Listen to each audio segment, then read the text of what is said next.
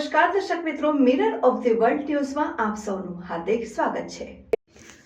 શહેરના માંજલપુર વિસ્તારમાં આવેલા મોનાલિસા ખાતે આવેલા આકાશ એજ્યુકેશન લિમિટેડ સર્વિસીસનો ભાડા કરાર પૂર્ણ થઈ ગયો છે, ત્યારે આ બિલ્ડિંગમાં ફાયર સેફટીનો અભાવ છતાં લોલમલોલ ચલાવવામાં આવી રહી છે।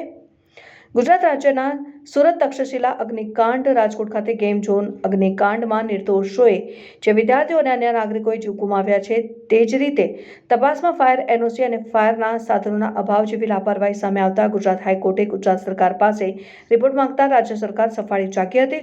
વધુમાં વડોદરાના પોટકાંડ બાદ સરકારે તમામ ગેમ ઝોન, પબ્લિક પ્લેસ સહિત તળાવો, જળાશયોમાં પ્રતિબંધ લગાવ્યો હતો। સાથે જ મોટી સરકારી, અર્ધ સરકારી, ખાનગી સહિતની ઇમારતોમાં ફાયર એનઓસી તથા ફાયરના સાધનોની ચકાસણી હાથ ધરવામાં આવી હતી।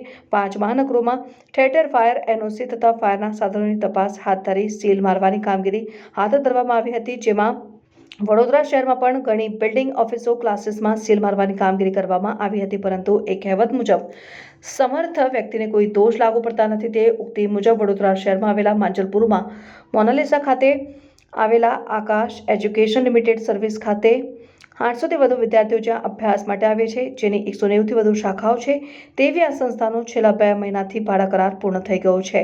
તદુપરાંત અહીં ફાયર સેફટી સુવિધાઓનો અભાવ છે, છતાં પણ બે રોકટોક ચાલી રહ્યો છે, જેની પાછળ કોની રહેમ નજર છે? શા માટે અહીં ફાયર બ્રિગેડ તથા પોલીસ વિભાગ દ્વારા ચેકિંગ હાથ ધરવામાં આવતું નથી? શું કોઈ મોટી દુર્ઘટના બાદ તંત્ર જાગવાની રાહ જોઈ રહ્યું છે?